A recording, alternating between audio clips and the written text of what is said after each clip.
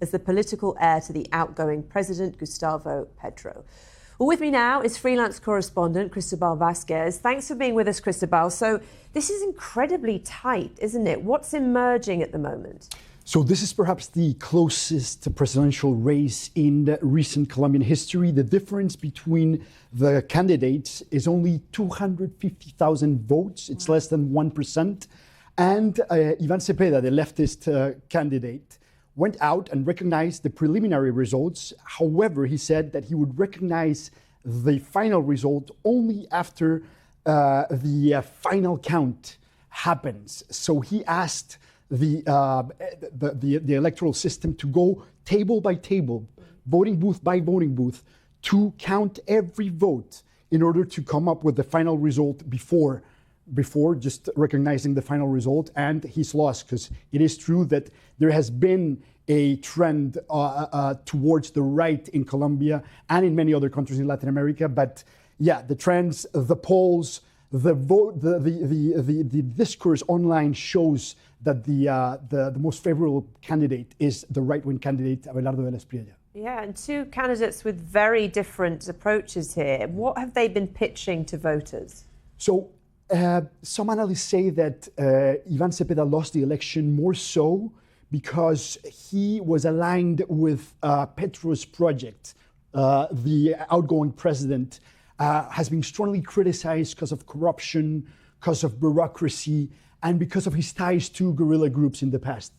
So this Ivan Cepeda, the leftist candidate, ran with that same project, and he wasn't able to distance himself from this project. And I think Colombians have punished that, as opposed to Abelardo de la Espriella, who came out with a sort of magnicized threat of communism and guerrilla threats that represented somehow the left wing in Colombia. And I think the fact that he managed to sell that question, do we want to continue in communism and in the path of validating the guerrillas, is a question that freaked out many Colombians and ended up in this tight result, and ended up in an outlier such as Abelardo de la Espriella becoming, or perhaps very soon being proclaimed as the president of Colombia. Yeah, and he's Donald Trump's pick as well. He endorsed him. What impact did that have during the campaign, and what impact could that have internationally?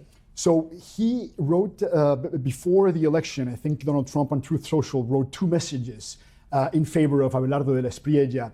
Abelardo de la Espriella is also a U.S. citizen. He lived in Florida for a long time, has business and real estate in Florida, and he has said openly that he is a Republican and that he voted for Donald Trump, and he has strong ties with Trump government and administration, also strong tie with very important politicians in Florida that have a say also in this government. So yeah, definitely the Trump's support. In fact, just recently, Trump actually recognized and celebrated the result in Colombia towards Abelardo de la Espriella. So yeah, definitely the U.S. intervention and interference, as some question, has had an important influence in the outcome. Yeah, and just remind us, Cristobal, it's years and years now that Colombians have had to deal with high crime, violence.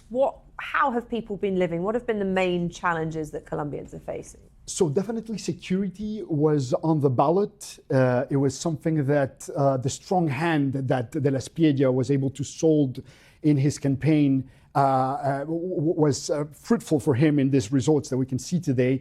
But yeah, security has decreased. Levels of insecurity have increased by a lot. We start seeing kidnappings again. We start seeing a lot of robberies in the main cities of the country. So yeah, that is definitely something that Colombians had in mind to when going out and voting today. So yeah, insecurity, but also affordability was also in the ballot. But some analysts say that the left-wing candidate wasn't able to sell his projects of affordability and rethinking of capitalism that he was proposing in his campaign, and that the speech and the narrative of insecurity and strong hand against crime and drug dealers ended up winning this election. And now we see the results of Abelardo de la Espriella winning by this narrow margin. Yeah, in a very divided country. Cristobal Vasquez, thank you so much. My pleasure. Appreciate your time.